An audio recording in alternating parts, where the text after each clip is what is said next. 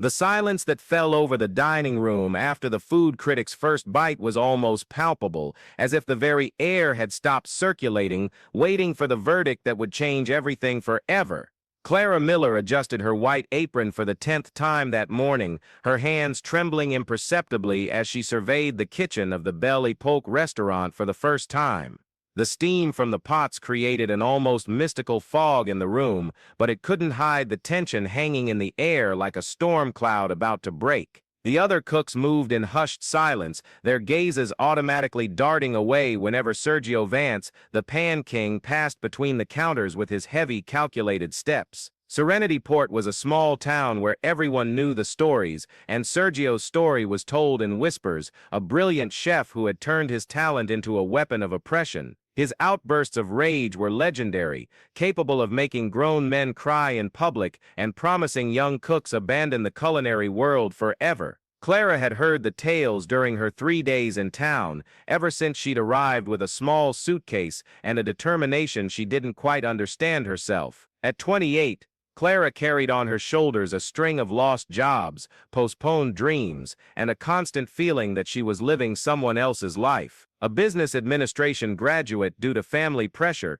she had spent 5 years sitting behind a desk, filling out spreadsheets that slowly drained her soul. When she finally found the courage to quit everything and try her luck as a cook, she discovered that the culinary world could be even crueler than the corporate one. "You newbie." Sergio's voice cut through the air like a sharp blade, making Clara instantly raise her head. He watched her with those small, piercing eyes that seemed to see through people and find exactly where it hurt most. "Since it's your first day, let's see what you're made of. I want you to prepare a filet au poivre. You have 45 minutes. The murmur that spread through the kitchen was like the buzzing of nervous bees. Clara saw the pitying expressions on her colleagues' faces and understood immediately this was a trap. The filet au poivre was the house specialty, the dish that had put the Belle Epoque on the culinary map of the region. It was also the recipe Sergio used to humiliate beginners, watching them stumble over the technical details while he pointed out each mistake with sadistic pleasure.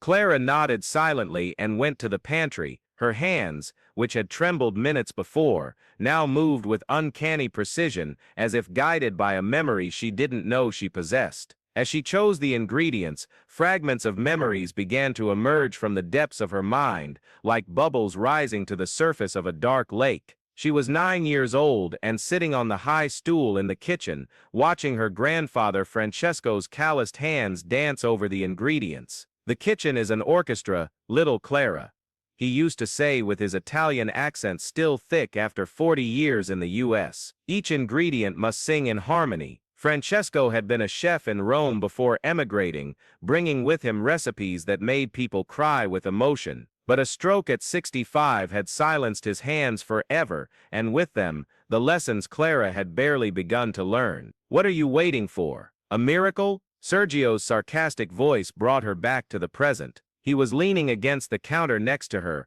arms crossed, a cruel smile playing on his lips. "Maybe you should have stayed at your desk." Clara didn't answer. Instead, she turned on the stove and started to work. Her movements became increasingly fluid, as if an invisible force were guiding her hands. The meat was seasoned with the precision of a surgeon, the pepper ground to the exact measure, the cognac warmed to the ideal point for flambeing. Each gesture carried an elegance she didn't know she possessed, a silent dance that began to attract curious glances from the other cooks. "The secret is not in the technique, Bambina," whispered her grandfather's voice in her memory. "The secret is in the love. When you cook with love, the food knows. It carries your soul to whoever will eat it." The aroma that spread through the kitchen was like an olfactory symphony, rich, complex, with layers of flavor that gradually revealed themselves. Clara saw Sergio stop speaking mid-sentence, his nostrils involuntarily widening as he tried to identify what was different about this seemingly ordinary dish. The other employees discreetly approached,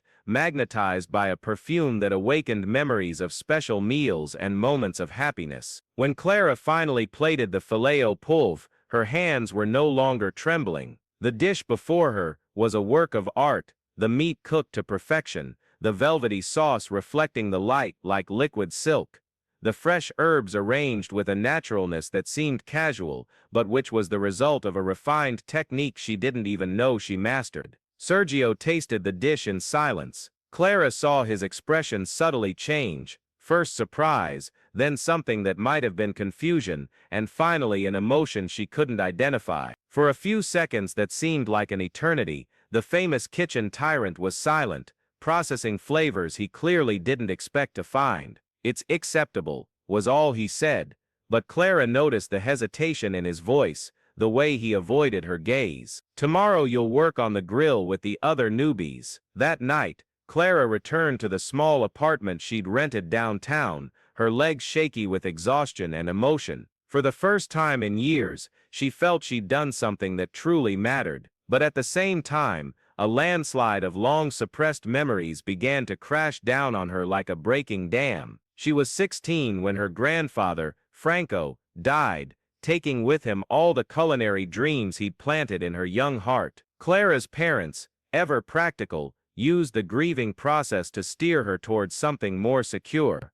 "Cooking doesn't offer a future, sweetheart. You're too smart to waste your life in a kitchen," and Clara, still fragile from her loss, believed them. She tucked her grandfather's recipes away in a box in the attic of her mind, and tried to convince herself she'd forgotten how love could taste. During the following weeks, Clara worked silently, absorbing every movement, every technique, every secret the Belle Epoque kitchen had to offer. Sergio remained harsh with everyone, but she noticed his barbs directed at her had lost their intensity. It was as if he were waiting, watching, trying to understand what had happened that first day. The other staff members started seeking Clara out during breaks. Mark, a 40-year-old sous chef who'd been broken by Sergio so many times he could no longer cook without his hands trembling, asked for advice on seasoning. Anna, the pastry chef, who cried in the restroom every week after Sergio's public humiliations, started smiling again when Clara sincerely praised her desserts. Slowly, almost imperceptibly, the atmosphere in the kitchen began to change. "You have something different," Mark said one afternoon, as they peeled potatoes side by side. "I don't know what it is, but since you arrived, I don't know, he's more subdued." Clara didn't know what to say. She herself didn't fully understand what was happening. It was as if her presence in the kitchen had awakened something that had been sleeping for a long time, not just in her, but in everyone around her. The recipes flowed from her hands with an ease that both frightened and filled her with a joy she'd forgotten was possible. "When you find your true calling, Piccola," her grandfather Franco used to say in her most vivid memories, "it won't feel like work. It will be like breathing, natural, essential, impossible to live without." It was on a rainy Tuesday in October that everything changed definitively. Clara was preparing a sauce when she heard a commotion in the main dining room. Through the small window separating the kitchen from the restaurant, she saw a well-dressed middle-aged man being escorted to the best table by Sergio himself. The chef's exaggerated movements, the way he gesticulated and smiled, made it clear this was no ordinary. "That's Henry Stanton," Anna whispered, approaching Clara with wide eyes. "The food critic from the city's newspaper. He can make or break a restaurant with a single review." Clara saw Sergio return to the kitchen like a whirlwind, his eyes shining with a mixture of excitement and nervousness she'd never seen before. The man who always seemed in complete control was visibly agitated. "Listen closely," he said, gathering the entire team around him. "Henry Stanton is in my restaurant. My reputation is at stake. Any mistake, any dish that isn't perfect, and you will regret it for the rest of your miserable lives. Is that clear?" The silence that followed was thick with tension. Clara saw Mark's hands begin to tremble again, Anna's face pale with fear.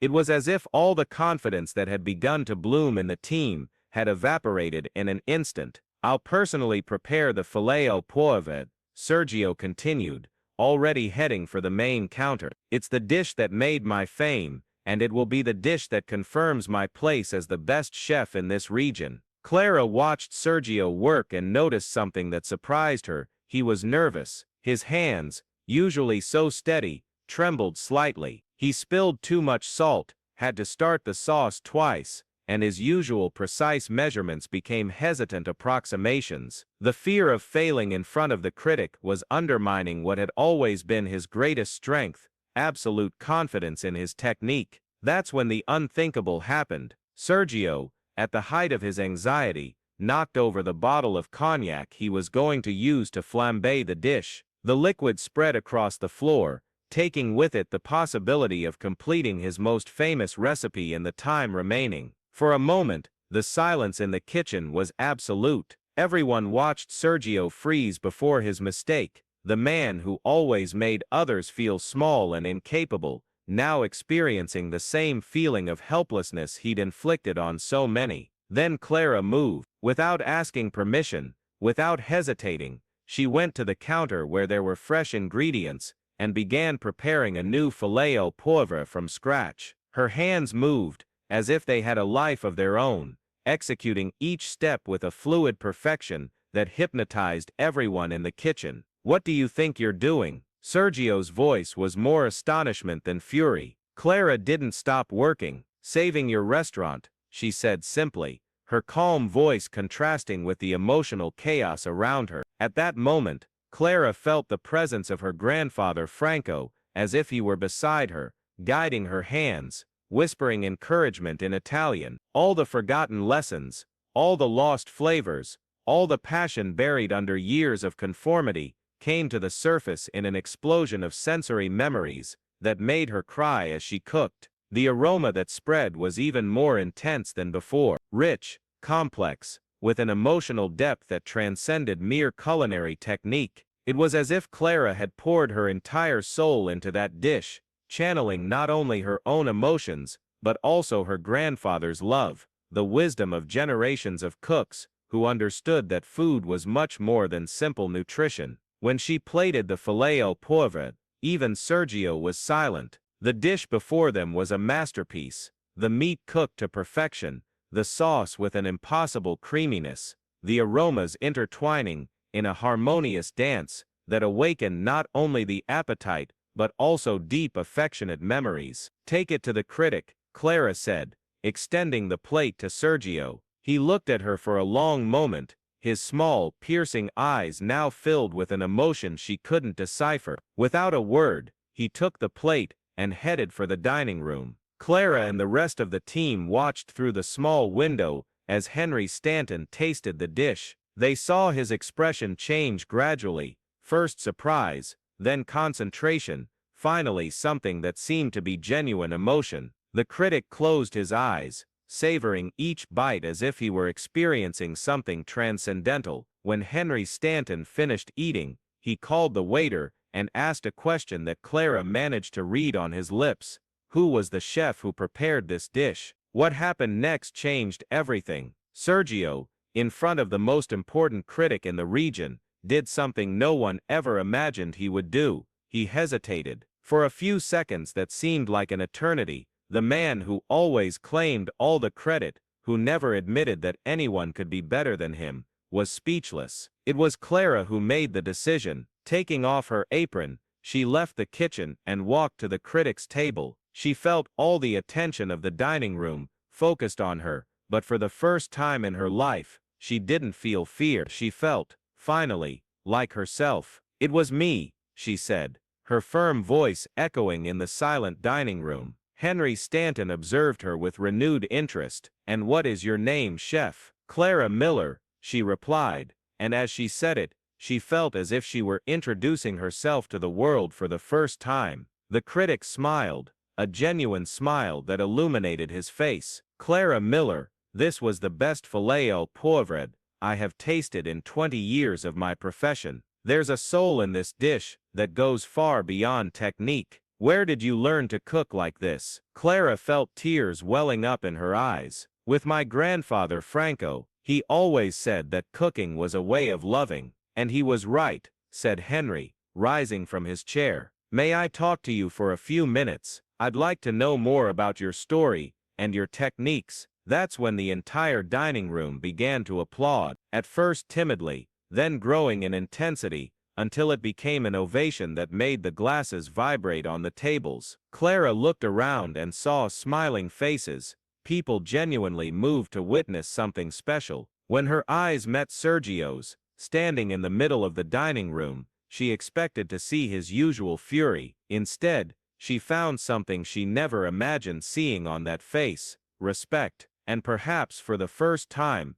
a glimpse of humility. After Henry Stanton left, not without promising a review that would do justice to the exceptional talent he had discovered, Clara returned to the kitchen to find a transformed team. Anna hugged her with tears in her eyes. Mark smiled for the first time since she had met him, and even the waiters had gathered to congratulate her. "You have to subscribe to my YouTube channel," said Anna, excited. "I need to follow your journey, learn from you, and I'll hit the bell so I don't miss any videos. People like you need to be followed by those who truly understand the value of turning dreams into reality. Your story will inspire so many people not to give up on their true talents." Sergio approached when the crowd finally dispersed. Clara braced herself for the confrontation, but he surprised her once more. 20 years, he said, his voice lower than usual. 20 years building this restaurant, this reputation,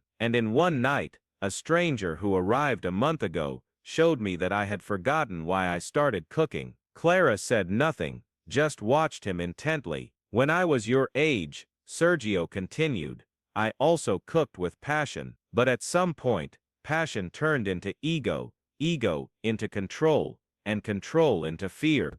Fear of not being good enough, fear of being surpassed, fear of losing what I had built." He looked around the kitchen, as if seeing it for the first time in years. "You reminded me today of something I had forgotten, that true greatness in the kitchen doesn't come from humiliating others, but from uplifting them. It doesn't come from the fear we impose, but from the inspiration we awaken." Clara felt her heart quicken. That conversation was the last thing she expected to have with Sergio Vance. "I'd like to make a proposal," he said, finally meeting her eyes. "Be my partner, not my employee, my partner. Help me transform this place into what it should always have been, a place where talent is nurtured, not destroyed." The proposal echoed in the kitchen like a distant bell. Clara thought of her grandfather, Franco, the forgotten recipes, the years lost at an office desk, the dreams she had buried, and that now resurfaced like flowers after the rain.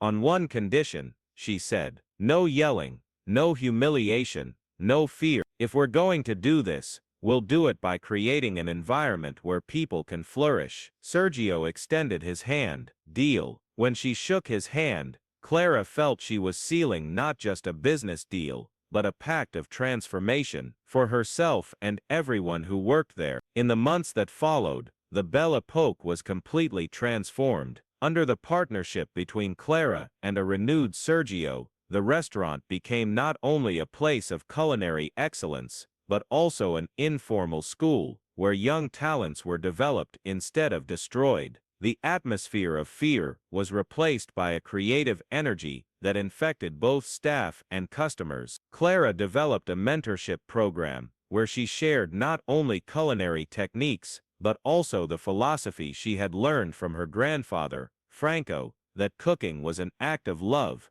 a way to connect people and create lasting memories. Mark regained his confidence and became an exceptional sous chef. Anna began creating innovative desserts that became the restaurant's new specialty. Henry Stanton's review was published a month later, titled "The Belle Epoque Renaissance: When Soul Meets Technique." The text not only praised the exceptional food, but also highlighted the restaurant's cultural transformation, crediting Clara as the catalyst for a change that seemed impossible. One Sunday afternoon, 6 months after that fateful day, Clara was in the kitchen preparing a special dish, when she found, among her belongings, her grandfather, Franco's recipe book, which she had brought in her worn backpack. The pages, yellowed with age, held not only ingredients and instructions, but memories of a love that had shaped who she truly was. "Thank you, Nano," she whispered,